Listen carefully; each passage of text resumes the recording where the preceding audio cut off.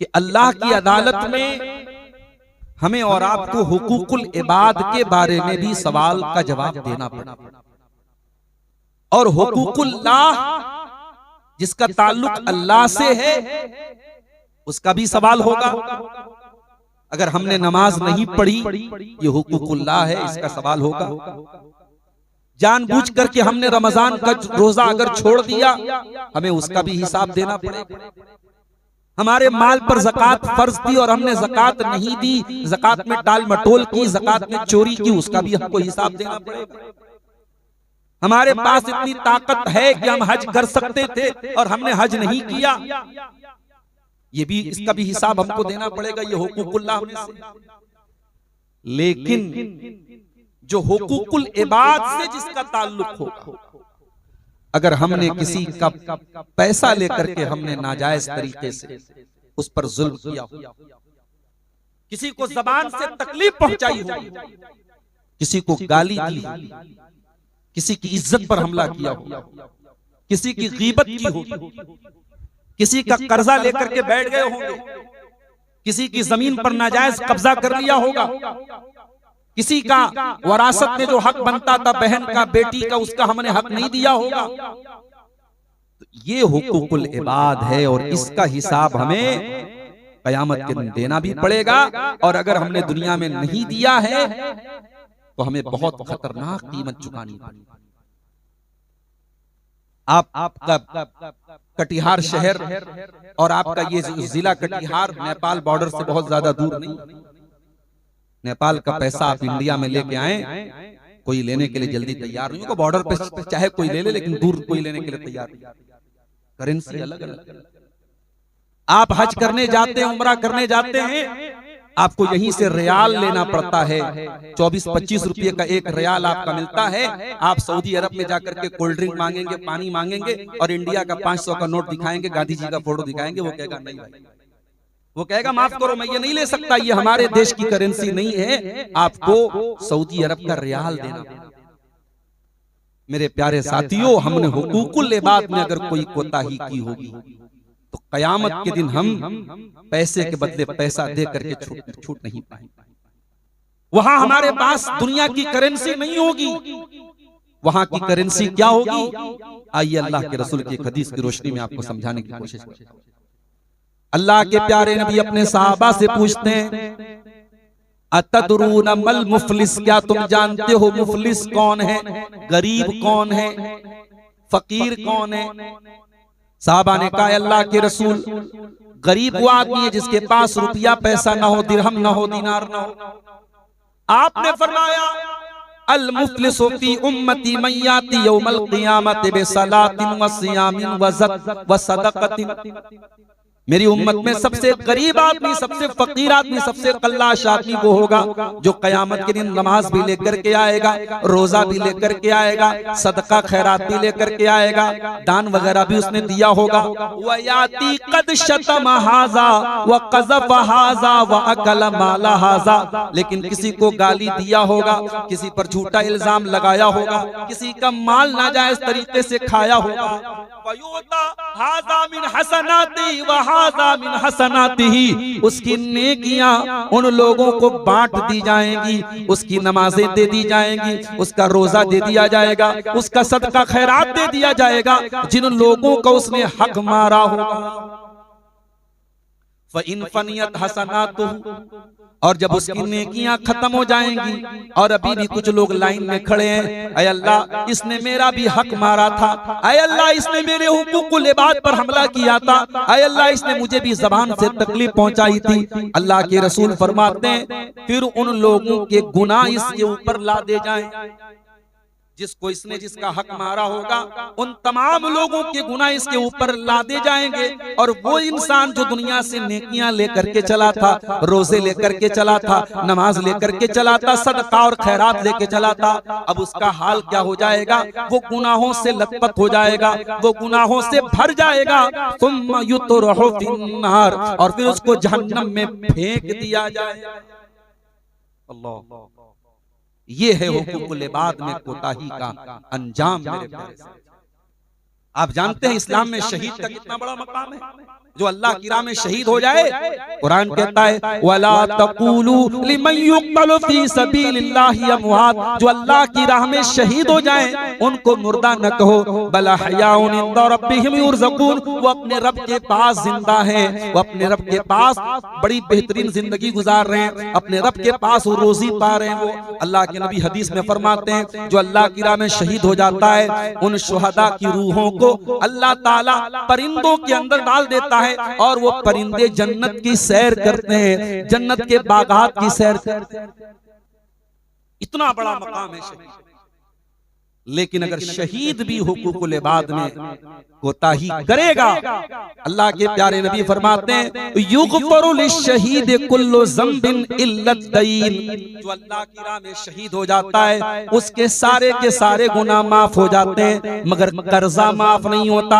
अगर उसने दुनिया में कर्जा लिया है और कर्जा नहीं दिया है तो उस कर्जे का हिसाब उसको क़यामत के दिन देना पड़ेगा, क्योंकि कर्जे का ताल्लुक हुकूकुल इबाद से।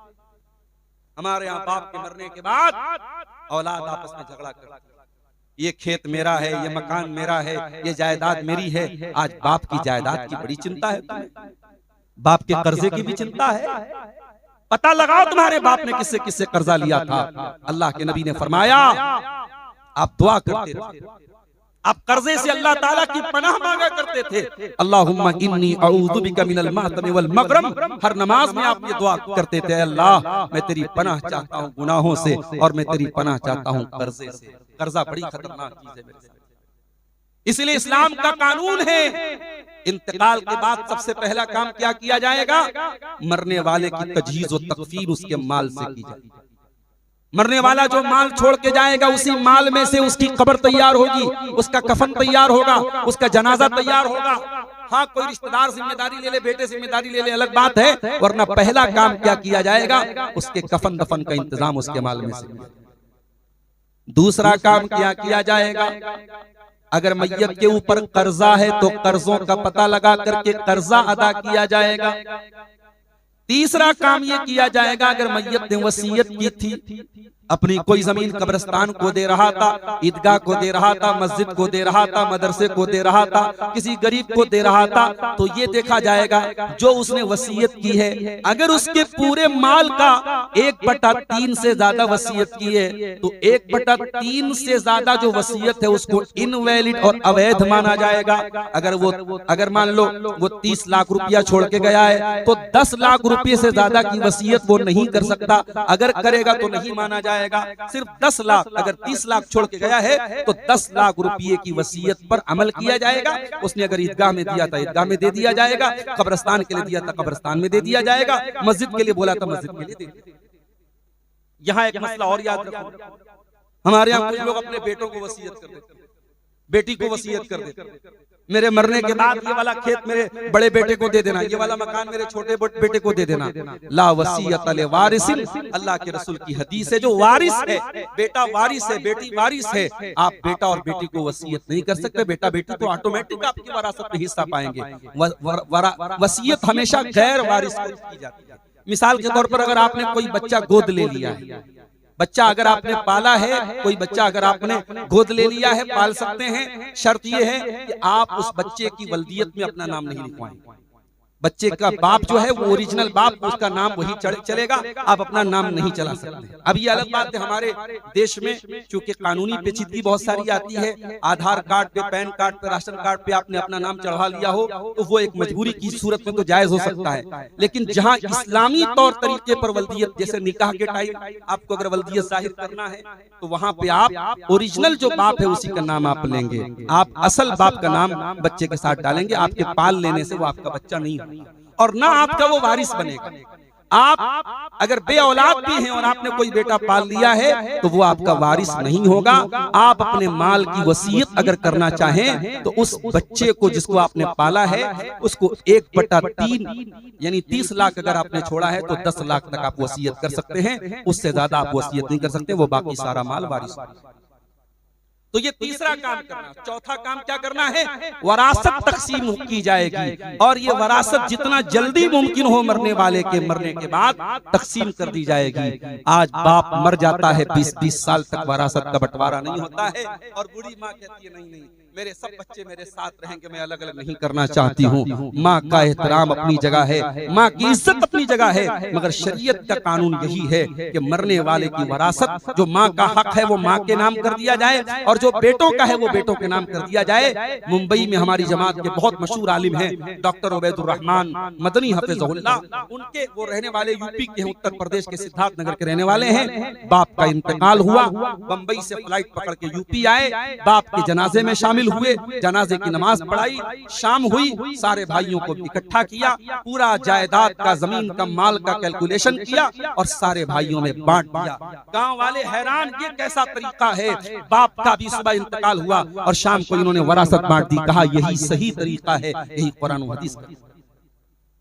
मेरे प्यारे साथियों, आज हमने माहौल ऐसा बना दिया है कि कुरान और हदीस पर अगर कोई अमल करता है तो हमें अजीब लगता है, लेकिन सही बात यही है कि मरने वाले के मरने के बाद जितना जल्दी मुमकिन हो हम वरासत को बांट दें, जिसका जो हिस्सा बनता है वो उसको हम दें। तो हुकूकुल इबाद में मेरे प्यारे साथियों ये तमाम चीजें आ गई। अब आइए जरा उस आयत के ऊपर गौर करें जो आयत मैंने खुतबे मसनूना के बाद आपके सामने पढ़ी है। सूरह निसा की आयत नंबर 36, आयत नंबर 36 है और इस आयत में अल्लाह ताला ने 10 हुकूक बयान किए हैं, इसीलिए उलमा इस आयत को आयतुल हुकूक बोलते हैं। लेकिन बड़ी अजीब बात यह है कि अल्लाह ने एक हक अपना बयान किया है और 9 हक अल्लाह ताला ने हुकूकुल इबाद का बयान किया है, ये बताने के लिए कि मेरे बंदो, हुकूकुल इबाद को तुम हल्के में मत लेना, हुकूकुल इबाद को छोटा मत समझना, हुकूकुल इबाद को मामूली मत समझना। अल्लाह ने 10 बातें बयान की, उसमें से एक हुकूकुल्लाह में से है और 9 बातें हुकूकुल इबाद। वाबुदुल्लाह वला तुशरिकू बिही शैया, तुम अल्लाह की इबादत करो और अल्लाह की इबादत में जरा सा भी शिर्क मत करो। जरा सा भी शिर्क करने की इजाजत नहीं है।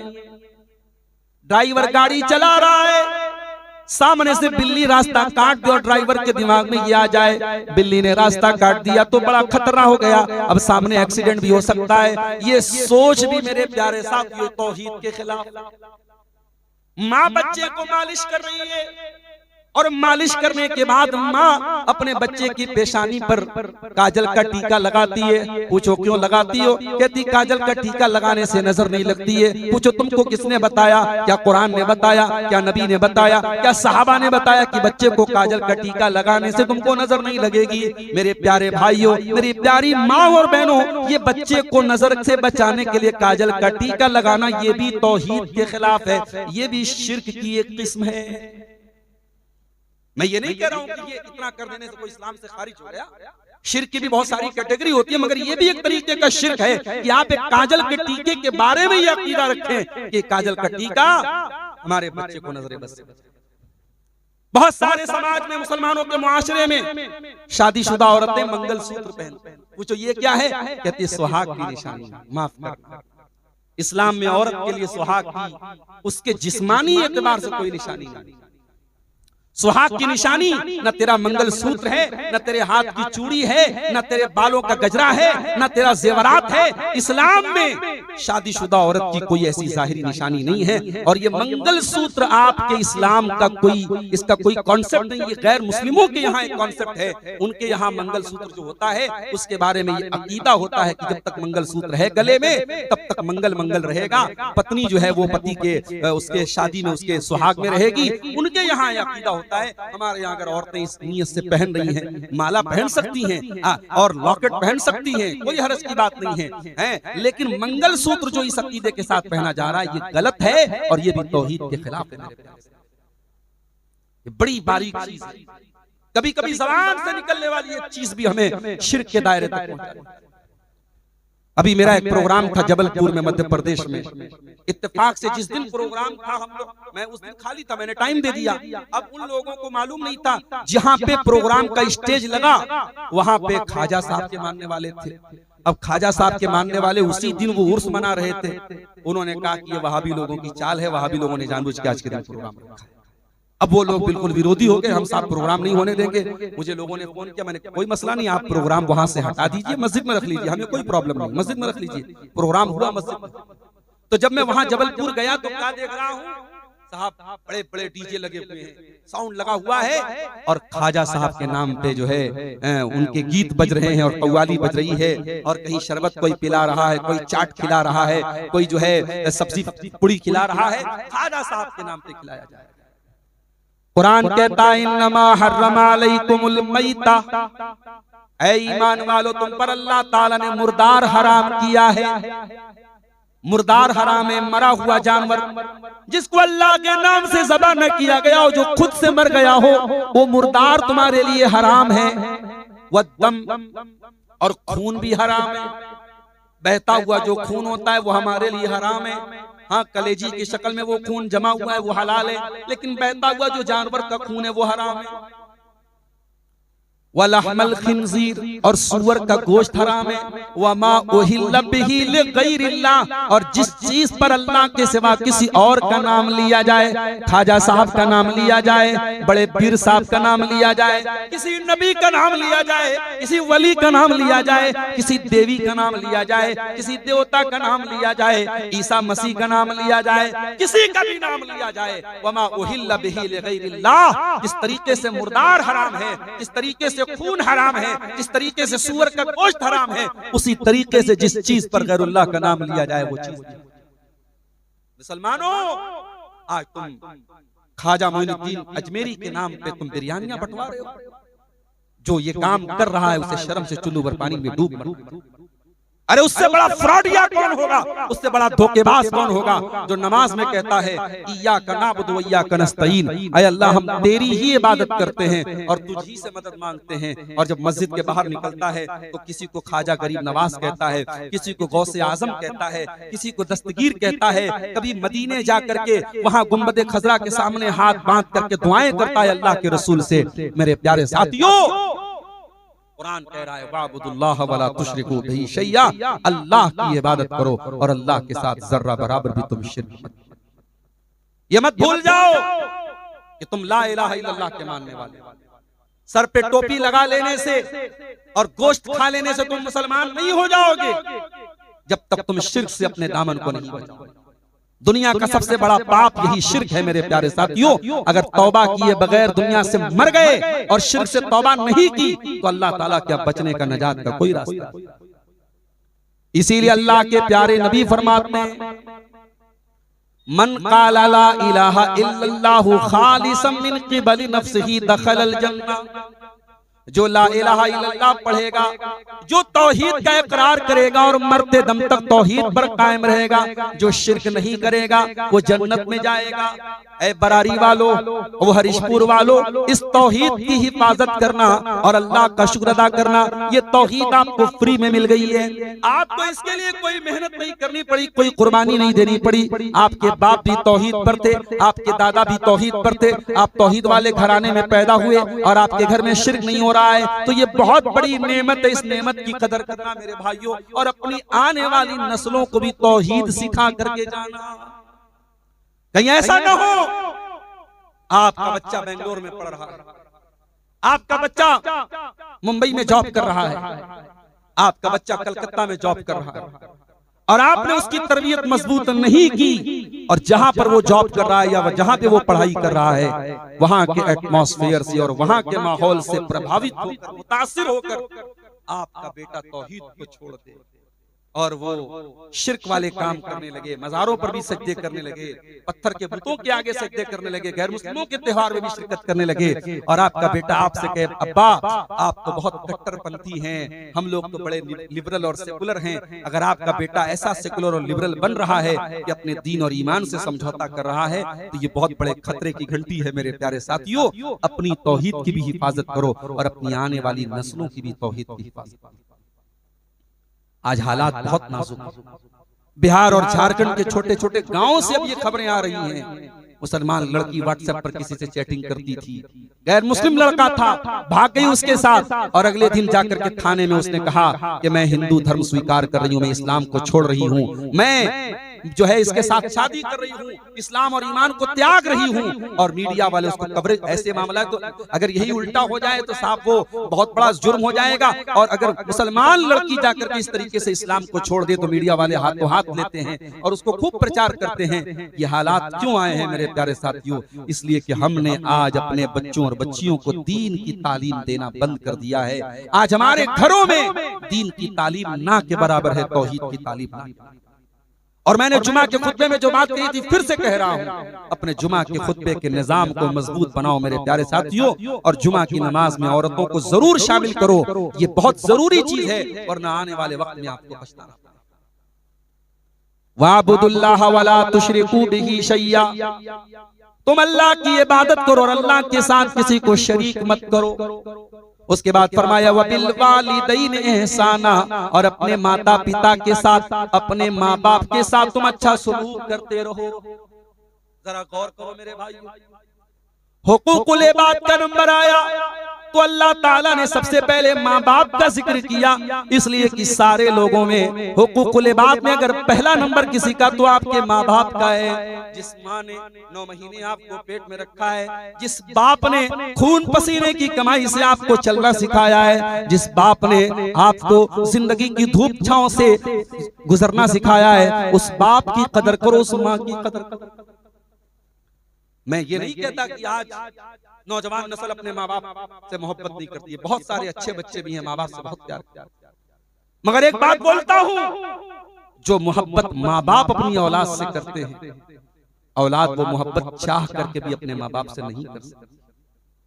आप छोटे से थे, कहीं पर भी आपने पेशाब कर दिया, कहीं पर भी पाखाना कर दिया, माँ बेचारी रोटी बना रही थी, किसी ने आके कहा मुन्ने ने पाखाना करा, माँ को गुस्सा आया, मगर मासूम बच्चा था, माँ गई, उसने बच्चे की गंदगी को साफ किया, बच्चा रो रहा था, माँ ने पुचकारा, दुलार किया, प्यार किया, बच्चे को धुला करके आई, बच्चा हंसने लगा। और इसी का जब अपोजिट होता है, और अल्लाह ना करे किसी माँ पर ये नौबत आए, किसी बाप पर ये नौबत आए, जब वो माँ और बाप बिस्तर पर इस हालत में पहुंच जाएं कि वो बेचारे बाथरूम नहीं जा सकते, वो अपनी गंदगी को अपने हाथ से साफ नहीं कर सकते, और बेटे को करना पड़ रहा है, बेटी को करना पड़ रहा है, तो वो कर तो देंगे मगर नाक पर रुमाल रख के और हाथ रख के करेंगे, वो उस दिल और खुशी के साथ नहीं कर सकते जो माँ ने आपके साथ किया था।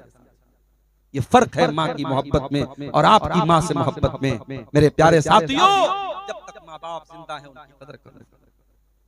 कुरान कहता है इम्मा यबलुगन्ना इंदकल किबरा अहदुहुमा औ किलाहुमा फला तकुल लहुमा उफ। जब तुम्हारे माँ बाप में से कोई एक बूढ़ा हो जाए, बंबई वगैरह में क्या हो रहा है, मुसलमानों में तो कम है, दूसरे लोगों में ये रिवाज ज्यादा है कि बूढ़े लोग हो गए तो उनको घर में नहीं रखते कि ये बूढ़ा दिन भर पक पक पक करेगा, इसको निकाल दो घर से। और वहां बूढ़ों के रहने की एक जगह होती है, ओल्ड एज होम बोलते, वहां जाकर के पैसा देते हैं कि साहब ये मेरा बूढ़ा बाप है, इसको रख लो, इसका ख्याल रखो, हम अपने घर में नहीं रख सकते, हमारे बच्चे पर जो है असर अच्छा नहीं।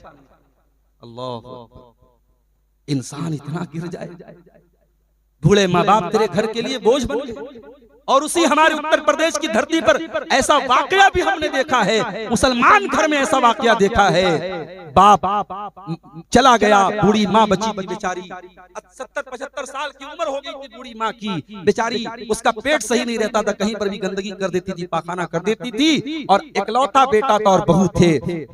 बेटा और बहू जो है उस बूढ़ी माँ की खिदमत करने से जब थक गए तो उन लोगों ने एक दिन पता नहीं क्या खिला दिया उस बूढ़ी औरत को। अगले दिन उसकी लाश पाई गई, और लोगों का कहना है, चश्मदीद लोगों का कहना है कि उस बूढ़ी औरत की बॉडी देख करके ऐसा लग रहा था, उसका पूरा शरीर ऐसा नीला पड़ा हुआ था, ऐसा लग रहा था कि उसको जहर दिया गया। मेरे प्यारे साथियों, हम किस दौर में जिंदगी गुजार रहे हैं। आओ, कुरान 1400 साल पहले तुम्हें माता पिता का सम्मान करना सिखा रहा है। हाँ, इस्लाम में माँ के पैर छूने की इजाजत नहीं है, बाप के आगे झुकने की इजाजत नहीं है, क्योंकि इस्लाम में झुकना है तो सिर्फ अल्लाह के सामने झुकना है। हाँ, लेकिन जो प्रेम, जो मोहब्बत आपको माँ बाप से करनी है मेरे प्यारे साथियों, दुनिया में सबसे बड़ा अधिकार, अगर आपकी मीठी वाणी, आपकी मीठी जुबान और आपके हुस्ने सलूक के सबसे ज्यादा अगर हकदार कोई है तो आपके माँ बाप है। कुरान कहता है जब तुम्हारे माँ बाप में से कोई एक बूढ़ा हो जाए या दोनों बूढ़े हो जाए, कुरान कहता है उनको खबरदार उफ भी मत कहना। अच्छा, जानते हो इसकी वजह क्या है? अल्लाह ने बुढ़ापे का नाम क्यों दिया? इसका जवाब अल्लाह ने सूरह यासीन के अंदर दिया, वमन नुअम्मिरहु नुनक्किसु फिल खल्क़, जो बूढ़ा हो जाता है उसका बचपन लौट जाता है। अल्लाह ताला ने ऐसा सिस्टम बनाया है, इंसान जैसे जैसे बूढ़ा होता चला जाएगा उसका बचपन लौटता चला जाएगा, वो चिड़चिड़ा होता चला जाएगा, वो जिद्दी होता चला जाएगा। जब तुम्हारी माँ बूढ़ी हो जाए, जब तुम्हारा बाप बूढ़ा हो जाए और बात बात पे चिड़चिड़ापन दिखाने लगे, जिद करने लगे, तो तुम अपना बचपन याद कर लेना। तुम जब जिद करते थे, तुम्हारे माँ बाप कभी बुरा नहीं मानते थे, तुम्हारी जिद को पूरा किया करते थे, तुम बात बात पे सवाल किया करते थे, तुम्हारी माँ कभी तुम्हारे सवालों से थकती नहीं थी, तुम्हारा बाप तुम्हारे सवालों से कभी नाराज नहीं होता था। ओ बूढ़े माँ बाप, जिनके बूढ़े माँ बाप हैं, मेरे प्यारे साथियों, उन बूढ़े माँ बाप की कदर करो। फरमाया उनको उफ भी न कहना, वला तनहरहुमा, उनसे डांट करके झटक करके गुस्से से बात न करना, वकुल लहुमा कौलन करीमा, उनसे अदब से बात करना, तमीज से बात करना। उसके बाद फरमाया वक़्फ़िज़ लहुमा जनाहद्दुल्ली मिनर रहमा, तुम डीएम बन जाओ, तुम एसपी बन जाओ, तुम एसएसपी बन जाओ, कमिश्नर बन जाओ, मिनिस्टर बन जाओ, तुम कुछ भी बन जाओ, जब माँ के पास जाना तो बेटा बन के जाना, जब बाप के पास बैठना तो बेटा बन के बैठना। माँ को अपनी कुर्सी का पावर न दिखाना, बाप को अपने ओहदे का पावर न दिखाना। फरमाया वक़्फ़िज़ लहुमा जनाहद्दुल्ली मिनर रहमा, अपने माँ बाप के सामने डाउन टू अर्थ हो जाना, अपने आप को डाउन कर देना, अपने आप को झुका देना। और ये दुआ भी अल्लाह ने सिखा दी, वक़ुर रब्बिरहमहुमा कमा रब्बयानी सगीरा, और ये दुआ पढ़ते रहना कि ऐ मेरे परवरदिगार, मेरे माता पिता पर तू रहम फरमा, मेरे माँ बाप पर तू दया कर। ऐ अल्लाह, जिस तरीके से बचपन में उन्होंने मुझको पाला है। कितने लोगों को ये दुआ याद है? रब्बिरहमहुमा कमा रब्बयानी। आज ये दुआ भी बहुत सारे लोगों को याद नहीं है। आज बाप का इंतकाल हो जाए, माँ का इंतकाल हो जाए, तो बेटा इस काबिल भी नहीं है कि अपने बाप और माँ के जनाजे की नमाज पढ़ सके ढंग से, उसकी दुआएं तक उसको याद नहीं है। और आप इन मदरसों को हकीर समझते हैं, इन मौलवियों को हकीर समझते हैं। मेरे प्यारे साथियों, कम से कम एक बेटे को तो ऐसा बनाओ, एक बच्चे को तो ऐसा बनाओ, एक बच्ची को तो ऐसा बनाओ कि जब आपका इंतकाल हो जाए तो वो बच्चा और बच्ची अल्लाह के सामने दुआ कर सके, रब्बिरहम कमा रब्बयानी सगीरा, ऐ अल्लाह मेरे माँ बाप पर रहम फरमा, इस तरीके से उन्होंने बचपन में मुझको। तो हुकूकुल इबाद में पहला नंबर मेरे प्यारे साथियों माँ बाप। उसके बाद फरमाया वबिज़िल कुर्बा, और अपने रिश्तेदारों के साथ तुम अच्छा सलूक करो। जब तुम दुनिया में आए, अकेले नहीं आए, कोई माँ है, कोई बाप है, कोई दादा है, कोई नाना है, कोई चाचा है, कोई ताया है, कोई फूफा है, कोई खाला है। इन रिश्तों में तुम घिर करके पैदा हुए, ये रिश्ते अल्लाह ने बनाए थे। इसीलिए सूरह निसा की पहली आयत में अल्लाह ने फरमाया, या अय्युहन्नासु तक़ू रब्बकुमुल्लज़ी खलक़कुम मिन नफ्सिन वाहिदा व खलक़ मिनहा ज़ौजहा व बत्त मिनहुमा रिजालन कसीरन व निसाअ फत्तक़ुल्लाहल्लज़ी तसाअलून बिही वल अरहाम। अल्लाह ने फरमाया मेरे बंदो, तुम अल्लाह से डरो और रिश्तों को तोड़ने से डरो, रिश्तों को काटने से डरो। अपने चाचा से रिश्ता खत्म न करना, भाई से रिश्ता खत्म न करना, दादा से रिश्ता खत्म न करना, मामू से रिश्ता खत्म न करना। कभी ऊंच नीच हो जाए, कभी किसी बात पे झगड़ा भी हो जाए, फरमाया ला यहिल्लु लिमुस्लिमिन अन यहजुरा अखाहु फौका सलास, 3 दिन से ज्यादा किसी से ताल्लुक तोड़ के मत बैठ जाना, किसी से 3 दिन से ज्यादा रिश्ता मत तोड़ लेना। आज हमारे यहाँ थोड़ा गौर कीजिए, गांव घर की आम कहानी, भाई भाई में बातचीत बंद है, चाचा भतीजे में बातचीत बंद है। कहीं के तो बेटा बाप से बात नहीं करता है, बेटा माँ से बात नहीं करता। और यही नहीं, रिश्ते तो रिश्ते होते हैं मेरे भाइयों। इंसान जब कभी किसी से रिश्ता तोड़ लेता है तो मरने के टाइम बच्चों से कह के जाता है, खबरदार मैं दुनिया से जा रहा हूँ, चाचा से रिश्ता मत रखना, ताया से रिश्ता मत रखना। अपने बच्चों को भी गलत बात की वसीयत करके, अगर बाप ऐसी कोई वसीयत करके भी जाता है तो कुरान और हदीस का हुक्म यही है, ला ताअता लिमखलूकिन फी मासियतिल खालिक, अल्लाह को नाराज करके माँ बाप की बात भी नहीं मानना है। रिश्तों को जोड़ने की कोशिश करो मेरे भाइयों, रिश्तों को तोड़ने की कोशिश करो। जानते हो जब अल्लाह ने इस दुनिया को बनाया तो रिश्ता, जिसको अरबी में रहम बोलते हैं, ये रिश्ता जाकर के अल्लाह के दामन में जाकर के पनाह ले लेता है। और रिश्ता अल्लाह ताला से कहता है कि ऐ अल्लाह, कल दुनिया में लोग रिश्ते को तोड़ेंगे तो कहां लोग पनाह लेंगे, किसकी पनाह लेंगे? अल्लाह तेरी पनाह लेंगे। अल्लाह ने रिश्ते से फरमाया अला अमा तरज़ीना अन असिल मन वसल की वाक़तामन क़ता। ऐ रिश्ता, क्या तू ये नहीं चाहता कि जो तुझको जोड़े मैं उसको जोड़ूं, जो तुझको तोड़े मैं उसको तोड़? जो रिश्ते को जोड़ेगा अल्लाह उसको जोड़ेगा, जो रिश्ते को तोड़ेगा अल्लाह उसको। इसलिए मेरे भाइयों, अगर 4 पैसे अल्लाह ने दिए हैं, मस्जिदों में देते हो बहुत अच्छी बात है, मदरसे में देते हो बहुत अच्छी बात है, कब्रिस्तान में देते हो बहुत अच्छी बात है, लेकिन अगर तुम्हारे रिश्तेदारों में, तुम्हारे भाई बंधुओं में, तुम्हारे खानदान में, तुम्हारे रिश्तेदारों में अगर कोई गरीब है, जरूरतमंद है, पहले उसकी मदद करो मेरे प्यारे। अल्लाह के नबी फरमाते हैं अस्सदक़तु अला ज़िर्रहिम सिंतान, अपने रिश्तेदार को जब आप दान देते हैं, जब सदका देते हैं, जब ज़कात देते हैं, तो आप डबल सवाब पाएंगे। एक रिश्तेदारी का सवाब पाएंगे और दूसरे ज़कात का और सदका खैरात का सवाब पाएंगे। लेकिन हाँ, हर रिश्तेदार को ज़कात नहीं दे सकता। बाप अपने बेटे को ज़कात नहीं दे सकता, बेटा अपने बाप को ज़कात नहीं दे सकता, बीवी अपने शौहर को ज़कात नहीं दे सकती। जिन रिश्तेदारों की कफालत हमारे जिम्मे, उनको हम ज़कात दें, हाँ उनकी मदद कर सकते, पैसा दे सकते, लेकिन हम ज़कात की कोई रकम उनको नहीं दे सकते। तो अपने रिश्तेदारों की मदद किया करो मेरे साथ, और ऐसी मदद करो कि रात के सन्नाटे में जाकर के कुछ दे दो। तुम्हारे रिश्तेदारों में किसी गरीब की लड़की की शादी है, जाओ, ऐलान करके मत जाओ, प्रचार मत करो, फोटो लेके मत मदद करो, अकेले में जाओ, 10,000 50,000 लाख जो भी तुम दे सकते हो दे दो। आपकी बेटी की शादी है, मेरी बहन है वो, आप इसको खर्च कर देना। इस तरीके से भी आप नेकी कर सकते हो मेरे साथ।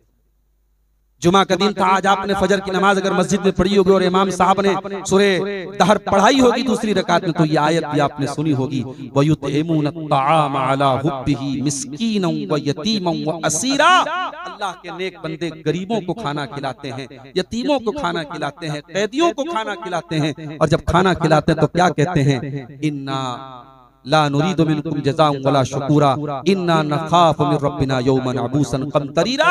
हमें तुमसे कोई थैंक यू, कोई शुक्रिया, कोई बदला नहीं चाहिए, हम तो अल्लाह से अपना बदला चाहते हैं। मेरे प्यारे साथियों, अपने रिश्तेदारों के काम, और अगर किसी रिश्तेदार से आपकी अनबन हो गई है तो जा करके बात खत्म कर दो। अगर आपको अपनी नाक कटवानी पड़ जाए, अगर आपको ऐसा लगता है कि मैं गया तो दुनिया यही कहेगी मैं झुक गया, मेरी नाक कट गई, तो मेरे प्यारे साथियों, अगर झगड़ा खत्म करने के लिए नाक कट जाए तो ऐसी नाक को कटवा लेना।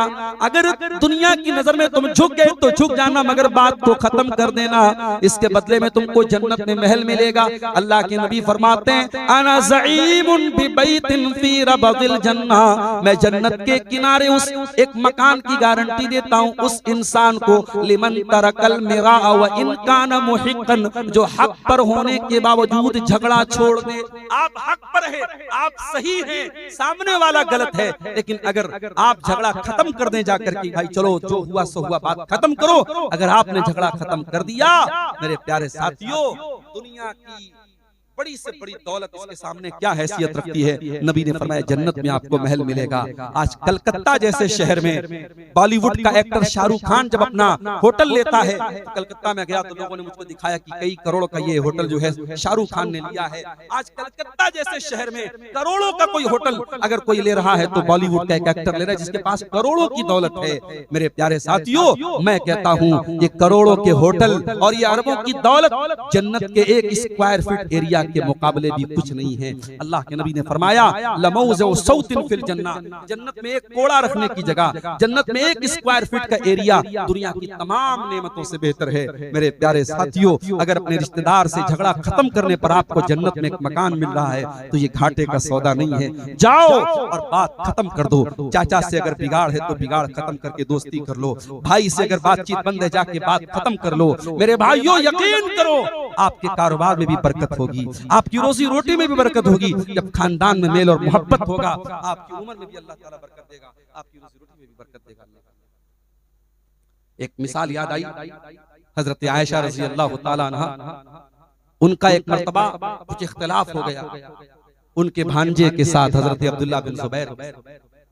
हम सब जानते हैं कि खाला का दर्जा इस्लाम में मां के बराबर।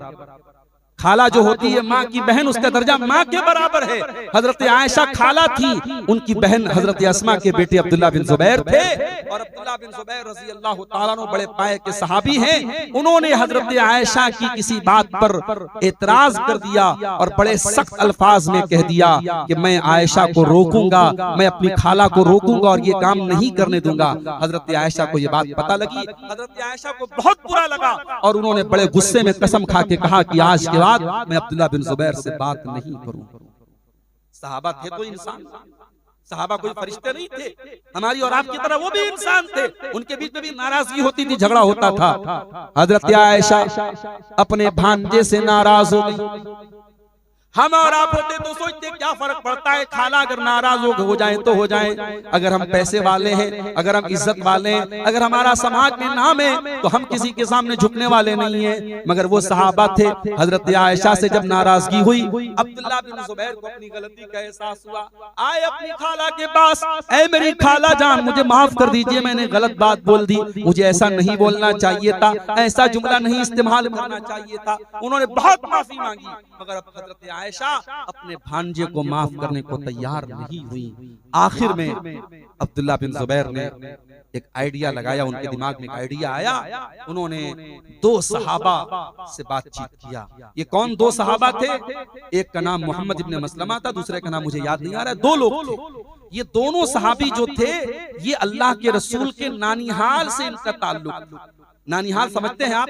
यानी माँ का जो मायका होता है, पता नहीं आपके यहाँ शेरशाबादी में क्या बोलते हैं उसको, तो उर्दू में नानिहाल बोलते हैं। तो जो नानिहाल का जो रिश्ता था, अल्लाह के नबी बहुत मोहब्बत करते थे अपने नानिहाल के रिश्तेदारों से, तो हजरत आयशा भी नबी के रिश्तेदारों से बहुत मोहब्बत करती थी। अब्दुल्ला बिन जुबैर ने आइडिया लगाया और नबी के नानिहाल के दो सहाबा से कहा कि आप लोगों को मेरा मसला हल करना है और चल करके मेरी खाला को मना लेना है। ये तीनों लोग जब पहुंचे हजरत आयशा के घर में, बुखारी के अल्फाज हैं, इन्होंने दरवाजे पर जाके सलाम किया, अस्सलामु अलैकुम व रहमतुल्लाहि या उम्मुल मोमिनीन, ऐ उम्मुल मोमिनीन आपके ऊपर सलाम हो।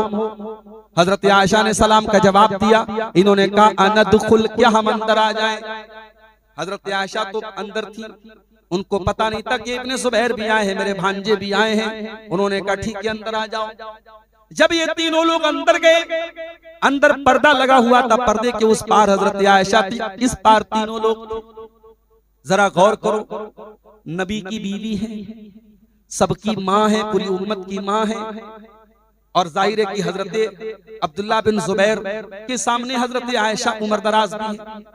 लेकिन इन तीनों लोगों के आने के बाद जब ये तीनों अंदर गए तो हजरत आयशा सामने नहीं आई, पर्दे में थी। पता ये चला कि मुसलमान औरत हर हाल में पर्दा करती है अपने गैर महरम के लिए, चाहे वो उम्रदराज हो जाए, लेकिन वो पर्दे का एहतमाम करती है। आज जवान जवान लड़कियां बगैर पर्दे की घूमती रहती हैं, और ये कहा जाता है कि पर्दा तो दिल का होता है, दिल का पर्दा होता है, आंखों का क्या भरोसा है। मेरे प्यारे साथियों, क्या नबी के सहाबा से ज्यादा साफ सुथरा किसी का दिल हो सकता है? क्या नबी की बीवियों से साफ सुथरा किसी का दिल हो सकता है? ये तीनों लोग अंदर गए, अंदर पर्दा लगा था, पर्दे के उस पार हजरत आयशा थी। जैसे ही तीनों लोग अंदर गए, अब्दुल्ला बिन जुबैर चूंकि खाला थी उनकी, खाला तो माँ के बराबर होती है, खाला महरम होती है, गैर महरम नहीं होती है। हजरत अब्दुल्ला बिन जुबैर अंदर गए और खाला के गले लग करके फूट फूट के रोने लगे और माफी मांगने लगे कि खाला जान, आपके भांजे ने गलती कर दी, मुझे नहीं ऐसा जुमला बोलना चाहिए था, हूँ तो आपकी बहन का बेटा, हूँ तो आपके बच्चे के बराबर, माफ कर दीजिए। हजरत आयशा भी रोने लगी, कहने लगी नहीं नहीं ऐ इब्ने जुबैर, मैंने कसम खाई है मैं तुझसे बात नहीं करूंगी, मैं तुझसे रिश्ता नहीं रखूंगी। हजरत आयशा भी रोती चली जा रही है, इब्ने जुबैर भी रोते चले जा रहे हैं, और इधर ये दोनों सहाबी भी रो रहे हैं और रोते हुए कह रहे हैं कि ऐ हजरत आयशा, ऐ उम्मुल मोमिनीन, ऐ नबी की ज़ौजे मोहतरमा, आपने तो अल्लाह के रसूल की वो हदीस सुनी होगी, आपने फरमाया कि किसी मुसलमान के लिए जायज नहीं है कि अपने मुसलमान भाई से 3 दिन से ज्यादा ताल्लुक तोड़ के रखे। ऐ अम्मा आयशा, माफ कर दीजिए अपने भांजे को, खत्म कर दीजिए बात को, 3 दिन से ज्यादा टाइम गुजर चुका है, मुनासिब नहीं है आपके लिए। जब इन लोगों ने बहुत ज्यादा प्रेशर डाला, आखिर हजरत आयशा ने माफ किया अपने भांजे को और इस्लाम में अगर कसम कोई तोड़ दे तो उसका कफारा क्या है? एक गुलाम आजाद करना है, या 3 दिन रोजा रखना है, या 10 मिस्किन को खाना खिलाना है। मगर हजरत आयशा रजी अल्लाह तआला अन्हा ने इस कसम के कफारे के तौर पे 40 गुलाम आजाद किए। और जब इस वाक्य को हजरत आयशा याद करती थी, ज़ारो कतारो रोने लगती थी। मेरे प्यारे साथियों, रिश्तेदारों का बहुत बड़ा हक होता है।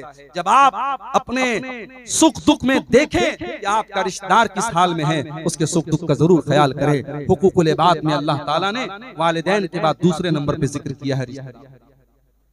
फिर तीसरे नंबर पे फरमाया वल यतामा, यतीमों के साथ जो बच्चे अनाथ हो जाएं, जो बच्चे अनाथ हो जाएं, जिनका बाप इंतकाल कर जाए, वो बच्चा जब तक नाबालिग है वो यतीम है।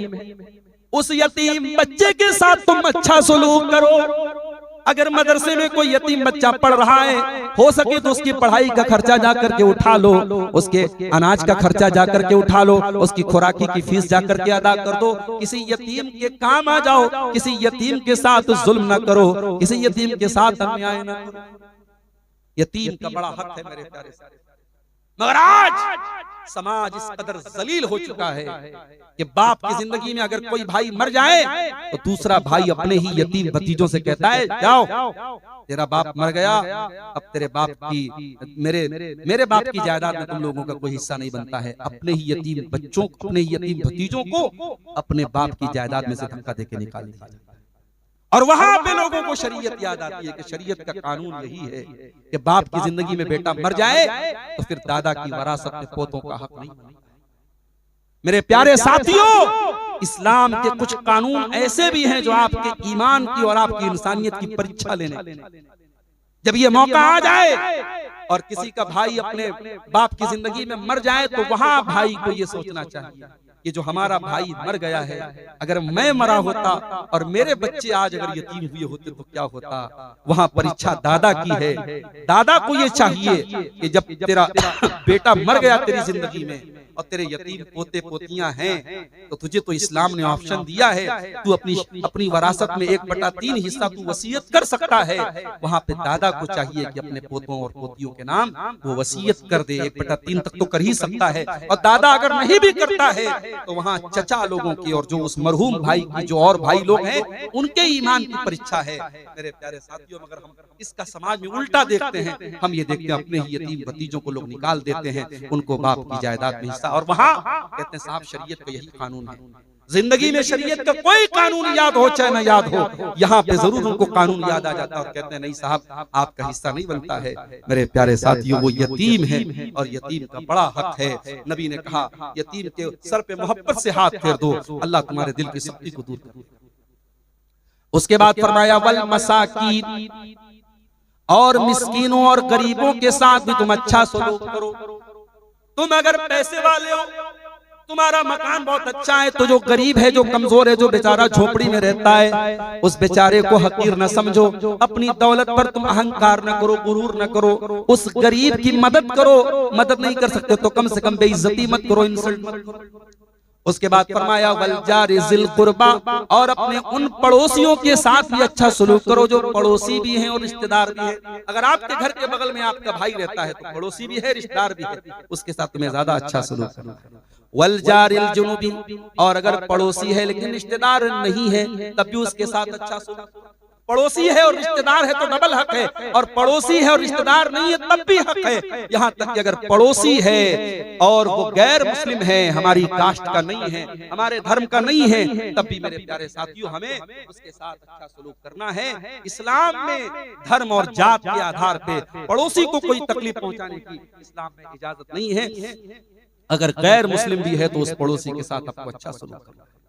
ये बात याद रखो।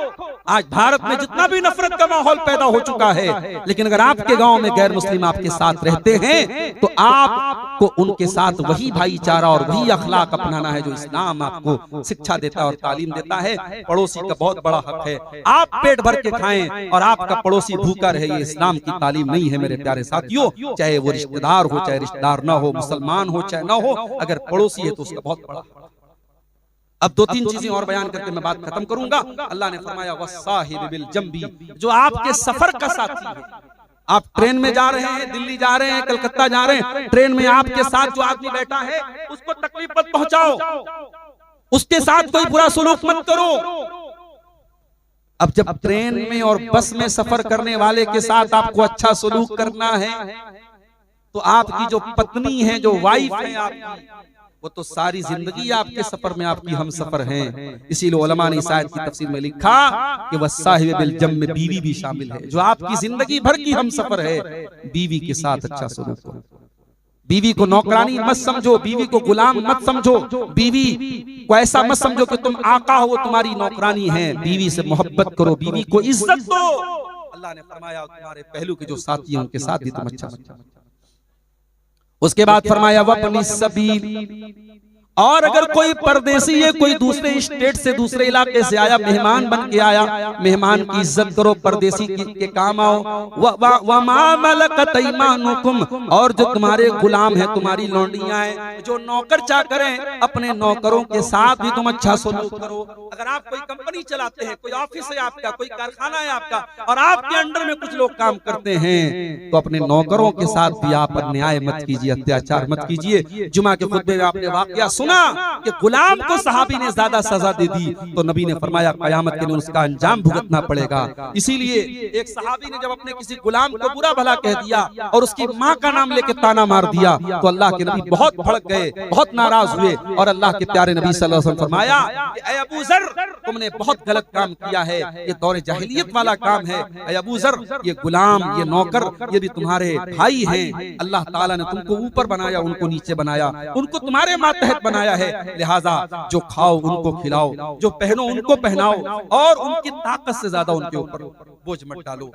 आज आप देखिए दुनिया में मजदूरों की यूनियन बनी है और यह मजदूर दिवस मनाया जाता है। 1400 साल पहले मोहम्मद अकरम सल्लल्लाहु अलैहि वसल्लम फरमाया कि जब मजदूर की मजदूरी दे दो इसके पहले कि उसका पसीना सूख जाए। मजदूरों का हक भी इस्लाम ने बयान किया, गरीबों का हक भी इस्लाम ने बयान किया, गुलामों का हक भी इस्लाम ने बयान किया। मेरे प्यारे साथियों, ये अल्लाह का दीन है, ये अल्लाह की शरीयत है, और इसमें समाज की हर वर्ग का हमें ख्याल करने का हुक्म दिया गया। और आखिरी बात जो अल्लाह ने सूरह निसा की आयत में कही, फरमाया इन्नल्लाह ला युहिब्बु मन काना मुख्तालन फखूरा।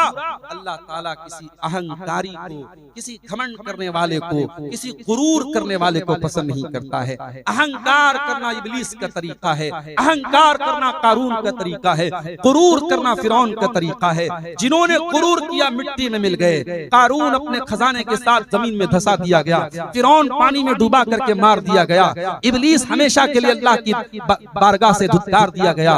अहंकार न करो, गुरूर न करो, और हुकूकुल इबाद का ख्याल वही रखेगा जिसके दिल में अहंकार नहीं होगा। ऐ इंसान, तुझे किस बात का अहंकार है? फकीर पानी के कतरे से पैदा इंसान, मिट्टी से पैदा इंसान, तुझे गुरूर किस बात का है? ला तमश फिल अर्ज़ मरहा, जमीन में अकड़ करके न चल। इन्नका लन तखरिकल अर्ज़ा, तू जमीन को फाड़ नहीं सकता है। वलन तबलुगल जिबाल तूला, तू पहाड़ों की बुलंदी पे नहीं चढ़ सकता है। अल्लाह के इस यूनिवर्स में, अल्लाह की इस कायनात में तेरे जमीन के जैसे न जाने कितने सैयारे खला में घूम रहे हैं। इतनी बड़ी कायनात में एक छोटा सा गोला है जिसको हम जमीन कहते हैं। उस जमीन में बहुत सारी कंट्रीज और बहुत सारे मुल्क हैं। उसमें एक छोटा सा मुल्क है भारत, और भारत के छोटे से गांव में रह करके तू अहंकार करता है। अरे उस अल्लाह के, उस क्रिएटर के पावर के सामने तेरी क्या हैसियत है? इसलिए मेरे प्यारे साथियों, अल्लाह अहंकार करने वालों को, गुरूर करने वालों को पसंद नहीं करता है। हुकूकुल इबाद के ताल्लुक से ये चंद बातें आपके सामने रखी गई हैं। हम अल्लाह से दुआ करते हैं रब्बुल आलमीन हम सबको हुकूकुल इबाद के मामले में जो कमियां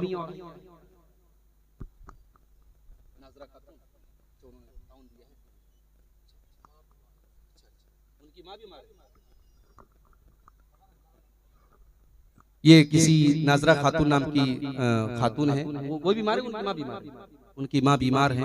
अल्लाह ताला उनको शिफाए कामिला अजला अता फरमाए। उनकी तरफ से कुछ मस्जिद के लिए ताउन भी आया है, अल्लाह कबूल फरमाए। अल्लाह ताला हम सबको कहने सुनने से ज्यादा अमल की तौफीक अता फरमाए। मैं एक मरतबा फिर हरीशपुर के इस गांव के तमाम लोगों का, यहाँ के इमाम साहब का, और हमारे ये जो हमारे शेख हैं जामिया सल्फिया में हमारे मुआसिरीन में से थे, अल्लाह इनको भी जज़ाए खैर दे। बड़ा खूबसूरत आपने ये प्रोग्राम आज सजाया, और दिन के बावजूद और काम वगैरह छोड़ करके, अपनी मसरूफियात को छोड़ करके आप बैठे और गौर से आप आपने तकरीरों को सुना। अल्लाह ताला आप सबके जमा होने को, हम सबके जमा होने को कबूल फरमाए। अल्लाह कहने सुनने से ज्यादा हम सबको अमल की तौफीक अता फरमाए। और हमारे बीच में अगर हुकूकुल इबाद को लेकर के कोई लापरवाही और कोताही है, किसी भाई का अपने भाई से रिश्ता बंद है, किसी ने अपनी बहन से बोलचाल बंद रखी है, कहीं पे बाप बेटे में बातचीत बंद है, अल्लाह उन तमाम लोगों को सही समझ दे और हुकूकुल इबाद को अदा करने की तौफीक अता फरमाए। अल्लाह जब तक हमें दुनिया में जिंदा रखे, इस्लाम पर जिंदा रखे और हमारा खात्मा ईमान पर हो। आमीन व आखिर दावाना अनिल हम्दुलिल्लाहि रब्बिल आलमीन। वस्सलामु अलैकुम व रहमतुल्लाहि। जी, आपके खुतबा के माध्यम से एक बात आई, बच्चा वाला, गोद वाला। किसी ने एक सवाल पूछा कि मैं हॉस्पिटल से बच्चा लिया हूँ, उनके माँ बाप के बारे में पता नहीं है, तो उनके निकाह कैसे पढ़ाएंगे? देखिए, ये बहुत पेचीदा सिचुएशन आती है कि अगर आप ऐसा बच्चा लेते हैं जिसकी वल्दियत का अता पता नहीं है, तो कुरान करीम में उसके बारे में ये बताएगा कि तब भी वो आपका बेटा नहीं है। फ़इख़्वानुकुम, तब भी दीनी रिश्ते में वो तुम्हारा भाई होगा। अब आप बाप की हैसियत से पाल रहे हैं, वो आपको अब्बा जान कह सकता है, बाप कह सकता है, मगर आप वालिद नहीं हो जाएंगे। तो ऐसे बच्चों की वल्दियत में किसका नाम लिखवाया जाए या किसका नाम लिया जाए? तो ऐसी सूरत हाल में उलमा ने ये लिखा है, फतवा दिया है कि ऐसे अब्दुल्ला लिख दिया जाएगा। अब्दुल्ला माने अल्लाह का बंदा।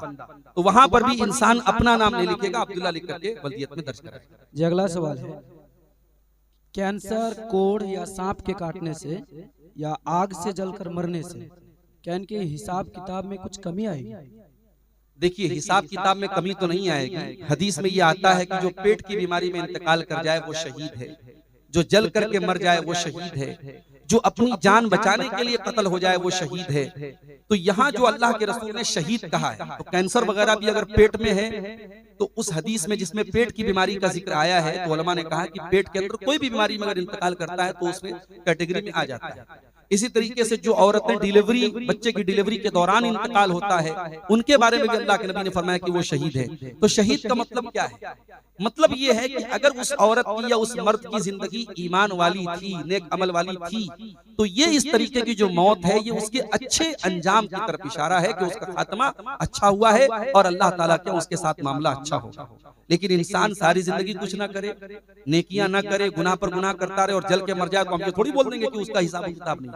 ऐसा नहीं। तो उसकी जो जिंदगी है उसके हिसाब से अल्लाह ताला के यहाँ मामला होगा। और हदीस में जो शहीद कहा गया उसका मतलब यही है कि उसका खात्मा अच्छा हुआ है। लेकिन टर्म एंड कंडीशन लागू है।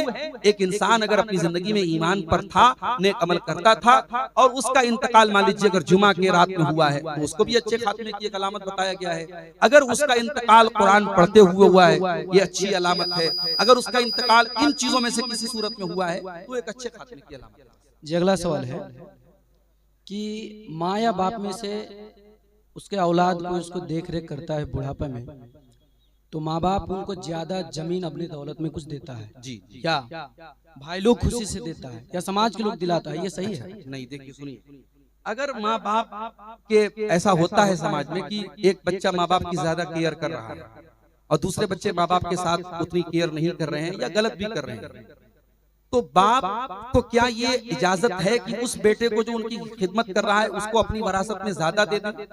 देखिए, वरासत तो मरने के बाद तकसीम होती है, जिंदगी में बाप जो देगा वो हिबा होगा। और इस्लाम का कानून यही है कि हिबा बराबर बराबर देना पड़ेगा सारे बच्चों को।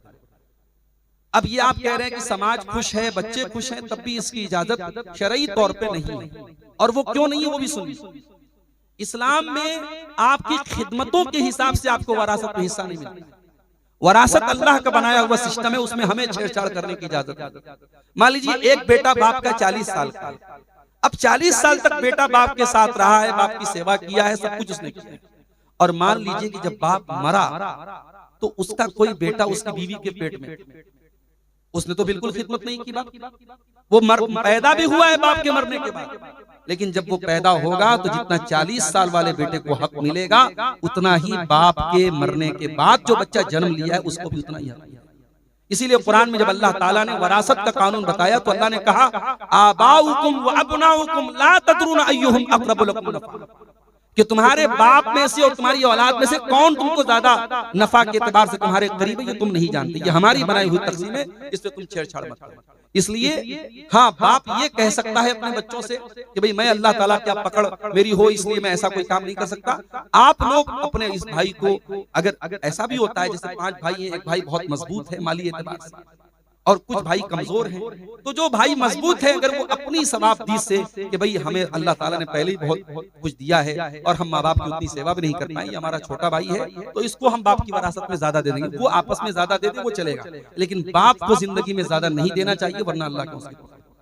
अल्लाहु आलम। जी अगला सवाल है, कोई दौलत वाला आज अपने बेटी के शादी में दामाद को हद से भी ज्यादा वो दहेज दे रहा है। जी अगला प्रोफेसर है, कोई है, इस कारण दे रहा है। जी उनके कारण गरीब बिगड़ रहे हैं। जी। तो क्या दहेज लेना सही है और इसकी जिम्मेदारी कौन बनेगा? देखिए, जहेज लेना गलत है और इसके बहुत सारे बुरे इफेक्ट पड़ रहे हैं, और मैं समझता हूं कि समाज में जो अमीर तबका है, जब तक वो शुरुआत नहीं करेगा और वो इससे अपने दामन को नहीं बचाएगा। देखिए, गरीब और मिडिल क्लास का आदमी तो कभी कभी समाज में जो रस्म बन जाती है बस उसको निभाने में बेचारा वो मर जाता है। जो समाज में चल पड़ा है बस उसको करना है, चाहे खेत बेच के करना है, बैंक से लोन लेके करना है तो करना है। तो जो जिसको अल्लाह ताला ने ताकत दी है और वो फिर भी अवॉइड कर रहा है, तो वहां से ये बुराई खत्म हो। और जो चीज गलत है सो गलत है, गरीब ले दे रहा है तो भी गलत है, अमीर जो ले रहा है दे रहा है वो भी गलत है। और हम ये भी नहीं कह सकते पूरी तरीके से अमीर लोग ही दोषी हैं, पूरे समाज को मिल करके। आपके इसी भारत में आप हरियाणा के गांव की खबर बहुत आई थी, अखबार पे वायरल हुई थी, पूरा अहले हदीसों का गांव है, मेवातियों का गांव है। उस गांव के लोगों ने ये अपने यहाँ कानून पास कर लिया कि हमारे यहाँ कोई जहेज का लेन देन नहीं करेगा, जो करेगा हम बरादरी से उसको बाहर कर देंगे। वहां इस पर अमल हो रहा है अल्हम्दुलिल्लाह, वहां कोई दिक्कत नहीं है। तो आप भी अपने यहाँ बहुत सारी चीजें आप कानून बना सकते हैं ताकि लोग उसका पालन करें। अभी हमारे बनारस में जैसे आपके यहाँ शेरशाबादी समाज का एक एसोसिएशन है, हमारे यहाँ अंसारी बिरादरी के लोग ज्यादा हैं, उनकी भी अपनी एक एसोसिएशन है, उनके भी सरदार हैं। तो सरदार लोगों ने ये तय किया कि शादी जो होगी तो बारात नहीं जाएगी, या जाएगी तो बस 20 से 25 लोग जाएंगे, और खाने में जो है 10-10 तरीके का आइटम नहीं रहेगा, नॉर्मल जो खाना रहेगा वो खाना रहेगा। लोगों ने कानून बनाया और अल्हम्दुलिल्लाह 100% तो नहीं 80% अमल हो रहा है। तो आप जब कोशिश करेंगे तो इंशाअल्लाह उसका अमल असर भी होगा। मेरा आखिरी सवाल है, क्या जन्नत किस्मत में लिखी हुई है? जन्नत यकीनन किस्मत में लिखी है, क्योंकि अल्लाह के नबी की हदीस है कि जब बच्चा माँ के पेट में 120 दिन का होता है, जब 4 महीने का होता है तो अल्लाह ताला 4 चीजें लिखता है। उसमें एक चीज ये लिखता है कि बंदा कितना जिएगा, उसकी उम्र क्या होगी, उसकी रोजी रोटी क्या होगी, वो अमल क्या करेगा, और वो बच्चा वो इंसान जन्नती होगा या जहन्नमी होगा, ये भी लिखा है। अब सवाल ये है कि जब लिखा हुआ है तो फिर हम अमल क्यों करें? तो इस सवाल का जवाब ये कि क्या आपको पता है कि आपकी किस्मत में क्या लिखा है? आपकी तकदीर लिखी है मगर ये अल्लाह को पता है, आपको नहीं पता है। आपके हिस्से की रोजी रोटी लिखी है, लेकिन क्या आप घर में बैठे रहेंगे? हम दुकान पर नहीं जाएंगे, हमारे हिस्से की रोजी लिखी है। तो रोजी लिखने का मतलब ये नहीं कि आप घर बैठे रहेंगे तो रोजी मिलेगी। इसी तरीके से जब आप जन्नती हैं और आपकी तकदीर में जन्नत लिखी है तो अल्लाह ताला आपको उसी अमल की तौफीक भी देगा। इसीलिए अगर आप नमाज पढ़ते हैं तो इसमें अपना बहुत कमाल मत समझिए, अल्लाह तौफीक दे रहा है। और बहुत सारे लोग ऐसे सारी जिंदगी वो नेक अमल करते हैं और मरने के पहले शिर्क कर देते हैं, कुफ्र कर देते हैं और जहन्नम में चले जाते हैं। तो वहां तकदीर ही की वजह से ऐसा होता है। इसलिए हमें और आपको यकीनन इस बात पर ईमान है कि हमारी तकदीर लिखी है और तकदीर में ये भी लिखा है कि हम जन्नत में जाएंगे कि जहन्नम में, लेकिन हमें वो तकदीर पता नहीं है। इसलिए हम अल्लाह से जन्नत का सवाल भी करेंगे और जन्नत में ले जाने वाला अमल करेंगे और जहन्नम से बचने वाला अमल करेंगे। अल्लाह के नबी की हदीस है कि तुम तकदीर जानते नहीं हो, लिहाजा तुम अमल करो और जिस चीज की तुम्हारी तकदीर में जो चीज लिखी गई है वो रास्ता तुम्हारे लिए आसान कर दिया जाएगा। हर एक को छोड़ के क्या क्या हसरत सिधारा, पड़ा रह गया सब यही ठाट सारा। जगह जी लगाने की दुनिया नहीं है, ये इबरत की जा है तमाशा नहीं है। तुझे पहले बचपन में बरसों खिलाया, जवानी ने फिर तुझको मजनू बनाया। बुढ़ापे ने फिर आके क्या क्या सताया, अजल तेरा कर देगी बिल्कुल सफाया। जगह जी लगाने की दुनिया नहीं है, ये इबरत की जा है तमाशा नहीं है। यही तुझको धुन है रहूं सबसे बाला, हो ज़ीनत निराली, हो फैशन निराला, जिया करता है क्या यूं ही मरने वाला, तुझे हुस्न ज़ाहिर ने धोखे में डाला, जगह जी लगाने की दुनिया नहीं है, ये इबरत की जा है तमाशा नहीं है। मोहतरम उलमाए किराम, बुजुर्गों और दोस्तों, नौजवान साथियों, माओ और बहनों, प्यारे बच्चों, हरीशपुर, बरारी, सेमापुर में आज खुतबे जुमा आपने सुना और फौरन जुमा के बाद आपने ये ऐलान भी सुना कि बाहर स्टेज लगा है और प्रोग्राम होगा। और आपके इमाम साहब ने कहा कि 2 घंटा मौलाना की तकरीर हो। 2 घंटा का नाम सुन के मुझे वो गन्ना याद आने लगा जिसको मशीन में बार बार डाला जाए, और आखिर में जब गन्ना बेचारा हाथ जोड़ के कहने लगे भाई बस कर, तो वो वाला हाल मुझे याद आ गया। मैं सफर से आया और आते ही फौरन टाइम ओवर हो रहा था, 12:15 बजे ही खुतबा शुरू होने वाला था, 12:30 के करीब खुतबा शुरू हुआ। और फिर खुतबे के फौरन बाद जब मुझे ये सुनने में आया कि फौरन तकरीर होगी, तो मुझे लगा कि ये तो बहुत अजीब बात होगी। लेकिन बहरहाल शेख तौहीद साहब ने भी मोर्चा संभाला, असर की अजान तक उन्होंने खिताब किया, और अभी असर के फौरन बाद हम और आप बैठे हैं। और मैं समझता हूं कि सीमांचल की धरती पर ये एक नया एक्सपेरिमेंट है, एक नया तजर्बा है, और ये कामयाब है। आप रात में जब जलसा करते हैं, खास तौर से सर्दी के इस मौसम में, और चाहे आप मुझे बुलाएं चाहे किसी और आलिम को बुलाएं जो आपके प्रधान वक्ता होते हैं, मेन मुकर्रिर होते हैं, उनको आप रात में 12 बजे बुलाते हैं, बल्कि कहीं कहीं 1 बजे 1:30 बजे भी बुलाते हैं। सर्दी का मौसम है, बहुत सारे लोग जा चुके होते हैं, और थोड़े बहुत जो लोग होते भी हैं तो अब हमें रात में जबरदस्ती उनको सुनाना पड़ता। लेकिन दिन में अच्छी धूप निकली है और खुशगवार हवाएं चल रही हैं, और आप भी सुकून से बैठे हैं, और चंदा वंदा का भी कोई मामला नहीं है। डायरेक्ट आपके सामने मुझे तकरीर करना है। हाँ, बहुत लंबी तकरीर इसलिए नहीं करूंगा कि रात में भी मुझे एक जलसे में जाना है, और जो मेन जिस प्रोग्राम के लिए मैं कटिहार में आज आया हूँ, आज नीमा में मनिहारी में प्रोग्राम है, वो लोग भी बार बार फोन कर रहे हैं, कटिहार शहर में वो लोग पहुंच गए हैं, तो मैं बहुत लंबी तकरीर करने के पक्ष में नहीं हूं। आपने खुतबे जुमा सुन लिया है, बहुत सारी बातें आपके सामने आ गई हैं। अगर देखा जाए तो अमल करने के लिए उतनी बात भी काफी है। खैरुल कलाम मा कल्ला व दल्ला, अरबी में कहावत है कि सबसे बेहतरीन बात वो है जो कम हो लेकिन उसके अंदर बातें मजबूत हो, दलील के साथ हो, तो वो बातें आपके सामने आ जाए। अब इस वक्त मैं जो तकरीर कर रहा हूं आपके सामने, उसी जुमा के खुतबे के एक पॉइंट को मैं थोड़ा सा कंटिन्यू कर रहा हूं। आपने सुना होगा खुतबे जुमा में मैंने एक बात पर ज्यादा आपका ध्यान आकर्षित किया था, तवज्जो मैंने दिलाई थी